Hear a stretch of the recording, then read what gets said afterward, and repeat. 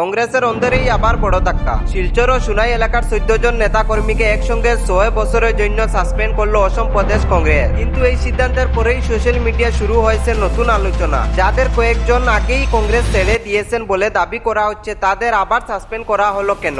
আসলে কি চলছে অসম কংগ্রেসের ভিতরে? পুরো বিষয়টি সহজ করে জানুন এই প্রতিবেদনে। অসম প্রদেশ কংগ্রেস কমিটি বা এপিসিসি শিলচর ও সুনাই এলাকার মোট 14 জন নেতা ও কর্মীর বিরুদ্ধে বড় ধরনের সাংগঠনিক ব্যবস্থা নেওয়া হয়েছে। 2026 সালের অসম বিধানসভা নির্বাচনকে ঘিরে দল বিরোধী কার্যকলাপে জড়িত থাকার অভিযোগে তাদের 6 বছরের জন্য দল থেকে সাসপেন্ড করা হয়েছে বলে প্রকাশিত রিপোর্টে জানানো হয়েছে। সিদ্ধান্তটি তাৎক্ষণিকভাবে কার্যকর হয়েছে। এই নির্দেশ জারি করা হয়েছে 18 আগস্ট 2026 তারিখে এপিসিসি সভাপতি গৌরব গগৈয়ের নির্দেশে এই ব্যবস্থা নেওয়া হয়েছে বলে রিপোর্টে বলা হয়েছে। বিজ্ঞপ্তিতে স্বাক্ষর করেছেন এপিসিসি এর সাংগঠনিক সাধারণ সম্পাদক রামান্না বড়ুয়া। এবার আসুন দেখা যাক এই 14 জনের মধ্যে কারা রয়েছে। শিলচর জেলা কংগ্রেস কমিটির সহসভাপতির মধ্যে রয়েছেন শামসুর রহমান চৌধুরী, আক্তার হোসেন বড়ভাইয়া এবং মুজিবুর রহমান চৌধুরী। এছাড়াও শিলচর জেলা কংগ্রেসের সাধারণ সম্পাদক পদে থাকা আজমল হোসেন লস্কর, শাহিন আহমেদ লস্কর, মেহবুব হোসেন, হানিফ আলম মজুমদার, আলতাফ হোসেন লস্কর এবং নাজিব আহমেদ লস্কর এই নামগুলিও তালিকায় রয়েছে। এর পাশাপাশি অসম প্রদেশের যুব কংগ্রেসের সাধারণ সম্পাদক ইজাজ লস্কর, সংখ্যালঘু বিভাগের সাধারণ সম্পাদক জহুর চৌধুরী, সুনাই মন্ডল কংগ্রেসের সাধারণ সম্পাদক আদির আহমেদ লস্কর, প্রাক্তন জেলা সংখ্যালঘু বিভাগের সভাপতি আনসার বল লস্কর এবং সুনাই বিধানসভা কেন্দ্র যুব কংগ্রেসের সভাপতি রাকিব আহমেদ মজুমদারের নামও রয়েছে।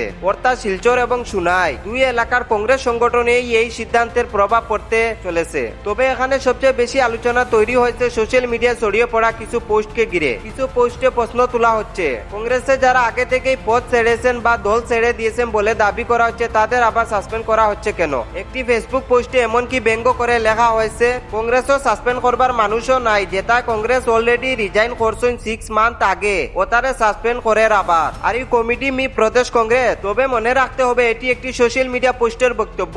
এটিকে কংগ্রেসের আনুষ্ঠানিক বক্তব্য হিসেবে ধরা যাবে না। অন্যদিকে এপিসিসি এর সিদ্ধান্তের মূল কারণ হিসেবে বলা হয়েছে 2026 সালের বিধানসভা নির্বাচনের সময় দল বিরোধী কার্যকলাপের অভিযোগ। তবে প্রকাশিত সাসপেনশন সংক্রান্ত রিপোর্টে প্রত্যেক ব্যক্তির বিরুদ্ধে ঠিক কি ঘটনা ঘটেছিল তার বিস্তারিত আলাদা করে জানানো হয়নি। এখন প্রশ্ন হচ্ছে, এই 6 বছর সাসপেনশনের পর শিলচর ও সুনাইয়ে কংগ্রেসের সংগঠনে কি প্রভাব পড়বে? যাদের বিরুদ্ধে ব্যবস্থা নেওয়া হয়েছে তাদের জায়গায় নতুন নেতৃত্ব আনা হবে কিনা, সেটা এখন দেখার বিষয়। আর সবচেয়ে বড় প্রশ্ন, এই সিদ্ধান্তে কি অসম কংগ্রেস আরো শক্ত হবে নাকি দলের ভিতরে সমস্যা আরো বাড়বে? কারণ সামনে অসমের রাজনীতিতে কংগ্রেসের জন্য সময় খুবই গুরুত্বপূর্ণ।